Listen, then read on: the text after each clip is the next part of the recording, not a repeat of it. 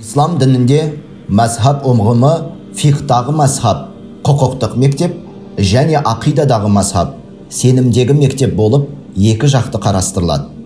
Сенімдегі екі мектеп Матуриди мен Аш'ари деп аталады. Оның негізін қалағандар Абу Мансур аль-Матуриди және Абу аль-Хасан аль-Аш'ари. Құқықтық төрт мектеп Аббасидтер басқарған дәуірдің алғашқы 100 жылдығында пайда болды. Төрт мазхабтың негізін қалағандар Абу Ханифа, Малик ибн Анас, Мухаммад аш-Шафиғи, Ахмад ибн Хамбал. Кейін мазхабтардың атаулары негіздерін қалаған ғұламалардың есімдерімен Ханафи, Малики, Шафиғи, Ханбали деп аталды.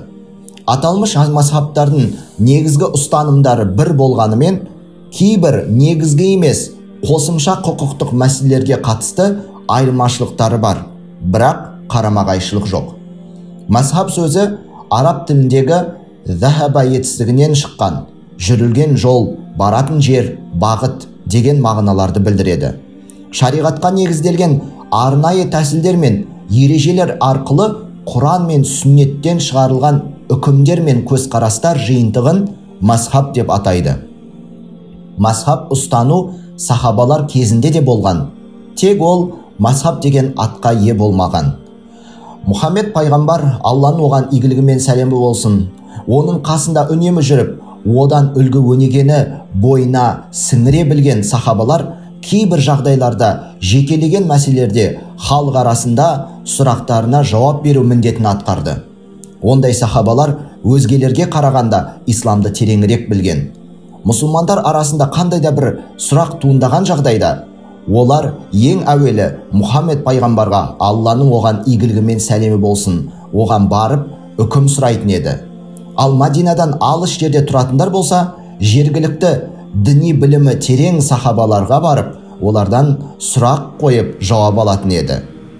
Үкім беруге лайықты деп саналған сахабалар қатарында Сальман аль-Фариси, Абу Саид аль-Худри, Умму Салама, Абу Хурайра, Анас сынды сахабалар болды.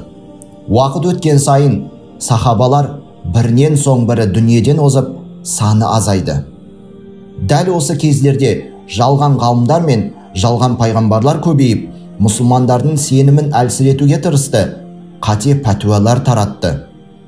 Құран мен сүннетті негізге ала отырып қалыптасқан құқықтық мектептер Ханафи, Малики, Шафиғи, Ханбали мазхабтарының пайда болып қалыптасуы ислам тарихында ерекше маңызға ие.